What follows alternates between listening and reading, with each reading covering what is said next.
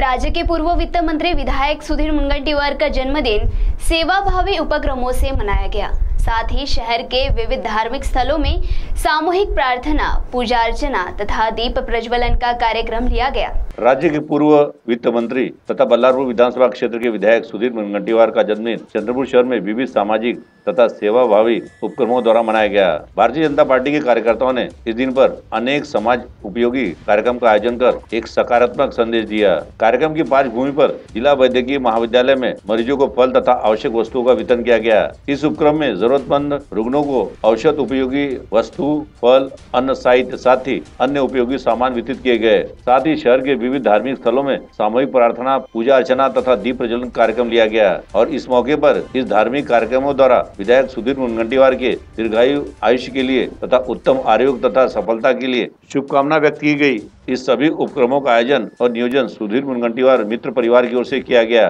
जिसमें बड़ी संख्या में भाजपा के पदाधिकारी तथा कार्यकर्ता शामिल हुए। इस सामाजिक उपक्रम में शहर के नागरिक, महिला, युवक तथा ज्येष्ठ नागरिकों का बड़े पैमाने पर सहभाग दिखाई दिया।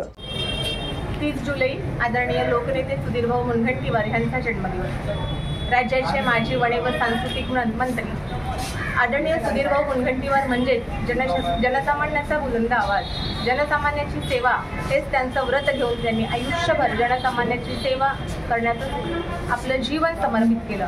सुधीर मुनगंटीवार म्हणजे एक गोरगरीब सर्वसामान्य माणसांचा बुलंद आवाज आणि म्हणूनच आज त्यांच्या जन्मदिवसानिमित्त संपूर्ण महानगरामध्ये विविध कार्यक्रम, पूजा अर्चना करण्यात आलेले आहे आणि त्यानिमित्ताने भारतीय जनता पक्ष महिला मोर्चाच्या वतीने आज सामान्य रुग्णालयामध्ये फळवाटपाचा कार्यक्रम करून इतरही त्यासोबत कार्यक्रम घेऊन त्यांना उदंड आयुष्य आणि राजकीय दमदार आयुष्यासाठी सर्वांनी शुभेच्छा दिल्या आणि सर्वांनी मंगलकामना केल्या। CTV के लिए हमारे प्रतिनिधि वैभव गारकर की रिपोर्ट।